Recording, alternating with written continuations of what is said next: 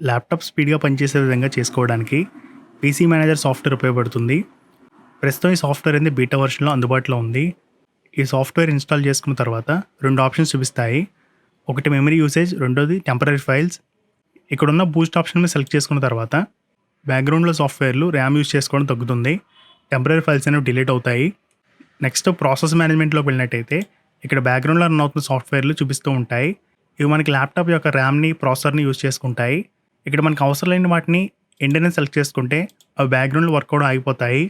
దాని ద్వారా ల్యాప్టాప్ యొక్క స్పీడ్ అనేది పెరుగుతుంది. ముఖ్యంగా లో ఎండ్ ల్యాప్టాప్స్‌లో ఈ ఫీచర్ అయితే బాగా ఉపయోగపడుతుంది. స్టార్టప్ యాప్స్‌లోకి వెళ్ళినట్టయితే కొన్ని అప్లికేషన్స్ మనకి ల్యాప్టాప్ ఆన్ చేసినప్పుడు విండోస్‌తో పాటు బూట్ అయితే అవుతాయి. దానివల్ల మనకి విండోస్ అనేది లేట్‌గా ఓపెన్ అవుతుంది. మనకు అవసరం లేని సాఫ్ట్‌వేర్స్‌ని ఇక్కడ డిజేబుల్ చేస్తే మనకి విండోస్ అనేది ఫాస్ట్‌గా అయితే ఓపెన్ అవుతుంది. నెక్స్ట్ హెల్త్ చెక్‌లోకి వెళ్ళినట్టయితే మన కంప్యూటర్లో ఉన్న ప్రాబ్లమ్స్ అనే వాటిని ఇక్కడ స్కాన్ చేసి ఇక్కడ మనకి ఇన్ఫార్మ్ చేస్తుంది. ఇక్కడ నుంచి మనం సింపుల్గా కంప్యూటర్లో అవసరం లేని ఫైల్స్ అనే వాటిని క్లీన్ చేసుకోవచ్చు. దాంతోపాటు స్టార్టప్ యాప్స్ని కూడా డిజేబుల్ చేసుకోవచ్చు. ఇక్కడ నుంచి సింపుల్గా ఇక్కడ సెలెక్ట్ చేసుకుని ప్రొసీడ్ సెలెక్ట్ చేసుకుంటే మనకి బ్రౌజర్స్ యొక్క catch, temporary files, recent files అనేవి క్లియర్ అయ్యాయి. దాంతోపాటు మనకి స్టార్టప్ యాప్ కూడా డిజేబుల్ అయితే అయ్యింది. నెక్స్ట్ స్టోరేజ్ మేనేజ్మెంట్లోకి వెళ్ళినట్టయితే ఇక్కడ డీప్ క్లీన్ ఒక ఆప్షన్ ఉంటుంది. దీన్ని సెలెక్ట్ చేసుకున్నట్టయితే ఇక్కడ కూడా మనం స్కాన్ చేసి కంప్యూటర్లో అవసరం లేని ఫైల్స్ అనేవి చూపిస్తుంది. కింద మనకి రీసైకిల్ బిన్ ఆప్షన్ కూడా ఉంటుంది. దీన్ని సెలెక్ట్ చేసుకుంటే రీసైకిల్ బిన్ కూడా క్లీన్ అయితే అవుతుంది. కింద మనకి వెబ్ క్యాచ్ కూడా చూపిస్తుంది. ఈ వెబ్ క్యాచ్ కూడా ఆటోమేటిక్ సెలెక్ట్ అవుతుంది. ఇక్కడ మనం ప్రొసీడ్ సెలెక్ట్ చేసుకున్నట్టయితే ఇక్కడ మన కంప్యూటర్లో అవసరం లేని ఫైల్స్, రీసైకిల్ బిన్ మొత్తాన్ని కూడా క్లీన్ అవుతాయి. క్లీన్ అయిన తర్వాత ఎంత క్లీన్ అయిందో ఇక్కడ చూపిస్తుంది స్పేస్ అనేది.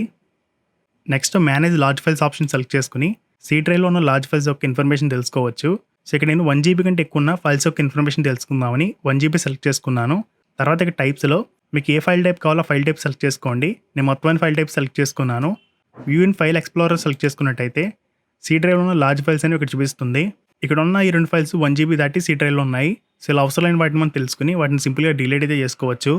మేనేజ్ యాప్స్లోకి వెళ్ళినట్టయితే కంప్యూటర్లో ఇన్స్టాల్ అయి ఉన్న యాప్స్ అనేవి చూపిస్తుంది. వీటిలో మనకు అవసరం లేని వాటిని సింపుల్గా 3 డాట్స్ మీద ట్యాప్ చేసుకుని అన్ఇన్స్టాల్ చేసుకోవచ్చు. పైన సార్ట్ బైలో ఇక డేట్ ఇన్స్టాల్ అని పెట్టుకుంటే మనం ఏ డేట్ నాడు ఏ సాఫ్ట్వేర్స్ ఇన్స్టాల్ చేసామో ఇక్కడ చూపిస్తుంది. సో చాలా రోజుల క్రితం ఇన్స్టాల్ చేసి ఉంచేసిన వాడని సాఫ్ట్వేర్స్ని ఇక్కడ నుంచి సింపుల్గా మనం తెలుసుకుని 3 డాట్స్ మీద ట్యాప్ చేసుకుని అన్ఇన్స్టాల్ చేసుకోవచ్చు. దీనివల్ల స్పేస్ అనేది సేవ్ అవుతుంది.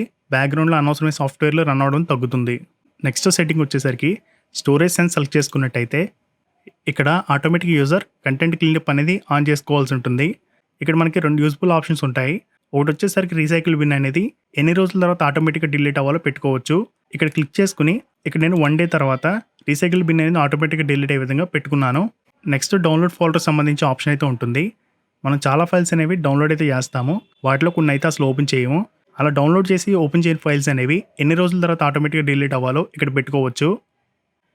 ఇక్కడ నేను 14 డేస్ పెట్టుకున్నాను. 14 డేస్ తర్వాత డౌన్లోడ్ చేసి ఓపెన్ చేయని ఫైల్స్ అనేవి డౌన్లోడ్ ఫోల్డర్ నుండి ఆటోమేటిక్గా డిలీట్ అయితే అవుతాయి.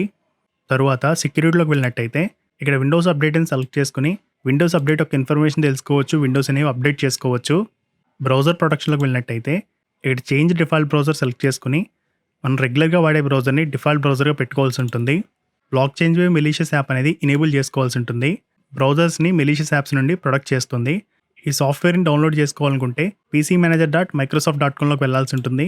వెళ్ళిన తర్వాత ఇక్కడ డౌన్లోడ్ సెలెక్ట్ చేసుకుంటే మనకి సాఫ్ట్వేర్ అనేది డౌన్లోడ్ అవుతుంది. తర్వాత దీన్ని మనం యూజ్ అయితే చేసుకోవచ్చు.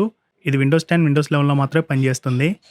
ఇలాంటి మరిన్ని ఇంట్రెస్టింగ్ వీడియోస్ కోసం గోదావరి మీడియా ఛానల్ని సబ్స్క్రైబ్ చేయండి. పక్కన ఉన్న బెల్ ఐకాన్ ప్రెస్ చేసి నోటిఫికేషన్ ఆన్లో పెట్టుకోండి. ఈ వీడియో లైక్ చేసి మీ ఫ్రెండ్స్తో షేర్ చేసుకోండి.